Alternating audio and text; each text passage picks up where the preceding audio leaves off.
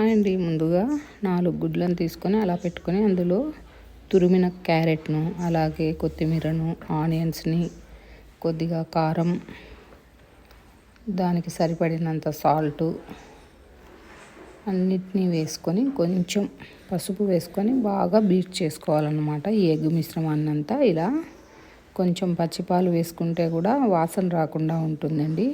అలాగే నేను ఇక్కడ మిల్క్ బ్రెడ్ను పెద్ద సైజుది తీసుకున్నాను అనమాట.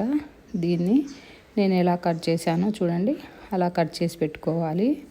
ఈ బ్రెడ్ ముక్కలన్నింటినీ కొద్దిగా నెయ్యి వేసి కాల్చుకోవాలన్నమాట.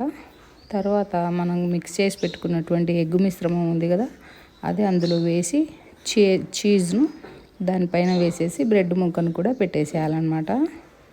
కొద్దిగా వేగిన తర్వాత రివర్స్ చేసేసి 2 సైడ్లో కాల్చుకోవాలి. ఎలా ఉందో చెప్పండి రెసిపీ.